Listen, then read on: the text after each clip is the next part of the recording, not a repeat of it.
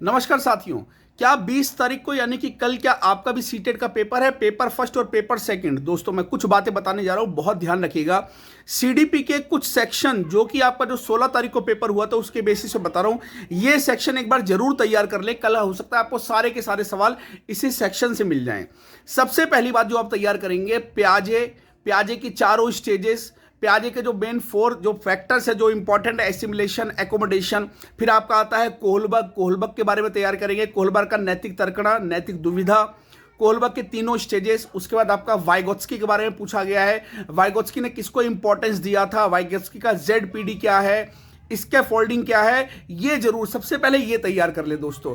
इसके बाद जो दूसरा जो टॉपिक पूछा गया है सबसे ज्यादा, वो आपका पूछा गया है अपसारी और अभिसारी चिंतन, जिसे कन्वर्जेंट और डाइवर्जेंट थिंकिंग बोला जाता है। दूसरा टॉपिक ये तैयार कर लें। उसका जो तीसरा टॉपिक आता है वो आता है दोस्तों इंटेलिजेंस का। इंटेलिजेंस का मतलब क्या है, आईक्यू क्या होता है, बुद्धि लब्धि क्या होता है, बुद्धि लब्धि किसने दिया, बुद्धि लब्धि का क्या फॉर्मूला है, और इसका सबसे पहले कॉन्सेप्ट किसने दिया था। इसके साथ साथ यह भी पूछा गया है कि गार्डनर की जो थ्योरी है, मल्टीपल इंटेलिजेंस थ्योरी, दोस्तों इसको डीप में पढ़ लें। मल्टीपल इंटेलिजेंस थ्योरी जो गार्डनर की है। इसके साथ साथ थोड़ा सा अगर हम आगे चलते हैं, इंटेलिजेंस से थोड़ा सा आगे निकलते हैं, अपसारी अभिसारी चिंतन के बाद, तो आपका आता है what are the principles of growth and development. Principles कौन से है, प्रॉक्सिमो डिस्टल क्या है, सिफेलोकॉडल क्या है, यानी कि सिर पदाभिमुख क्या है, और आपका सिर पदाभिमुख पे बहुत ज्यादा सवाल भी पूछे जा रहे हैं।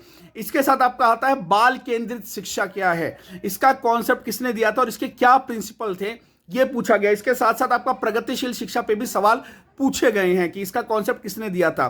थोड़ा सा और आगे चलते हैं दोस्तों अगले टॉपिक की तरफ, तो आपका इंडिविजुअल डिफरेंस, व्यक्तिगत विभिन्नता के बारे में पूछा गया है। व्यक्तिगत विभिन्नता का क्या कॉन्सेप्ट है और इसको क्यों जोड़ा गया है। इसके साथ साथ आपका व्यक्तिगत विभिन्नता के बाद इंडिविजुअल डिफरेंस की बात कर रहे हैं, जिसे व्यक्तिगत विभिन्नता के साथ इंडिविजुअल डिफरेंस को इंग्लिश में इंडिविजुअल डिफरेंस बोला था, उस पर सवाल पूछे जा रहे हैं। और उसके साथ दोस्तों अगली बात करें तो आपका एनसीएफ, नेशनल करिकुलम फ्रेमवर्क, ये खाली सीडीपी में नहीं, इसके साथ साथ और भी सारे उसमें पूछा जा रहा है। चाहे आपका ईवीएस है, इंग्लिश है, हिंदी है, मैथ है, उसमें भी पूछा जा रहा है।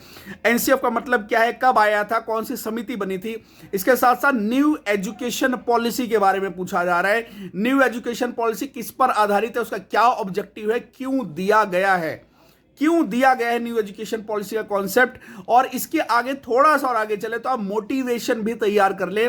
मोटिवेशन की जो आपकी थ्योरी है, मैस्लो की नीड हायरार्की थ्योरी, एक बार उसको भी देख लें। और कुछ थ्योरी से, जैसे थॉर्नडाइक के प्रिंसिपल्स क्या हैं, आपके थॉर्नडाइक के क्या प्रिंसिपल्स हैं आपके जो लर्निंग के बारे में, और थॉर्नडाइक की ट्रायल एंड एरर थ्योरी भी पूछेगी। इसका मतलब अभी थॉर्नडाइक पूछा गया तो कल को आपका स्किनर पूछा जा सकता है, आपका पावलो पूछा जा सकता है, बंडूरा पूछा जा सकता है। ये टॉपिक सबसे पहले तैयार करो। लैंग्वेज की बात करें तो अब सारी लैंग्वेज की बात करें दोस्तों तो लर्निंग एंड एक्विजिशन, अधिगम और अर्जन के बारे में जरूर पूछा गया है। तो दोस्तों कुछ टॉपिक है, और इससे संबंधित अगर हम ईवीएस में बताएं तो ईवीएस में कुछ टॉपिक, जैसे मेरे को जो कुछ जो बच्चों से सुनने में आ रहा है, जैसे घोंसला के बारे में पूछा गया है। जो टाइगर था, टाइगर जो है किस तरीके से अपनी एक परिधि के अंदर रहता है, कैसे पहचानता है टाइगर जो है, उसका स्लॉथ के बारे में पूछा गया है।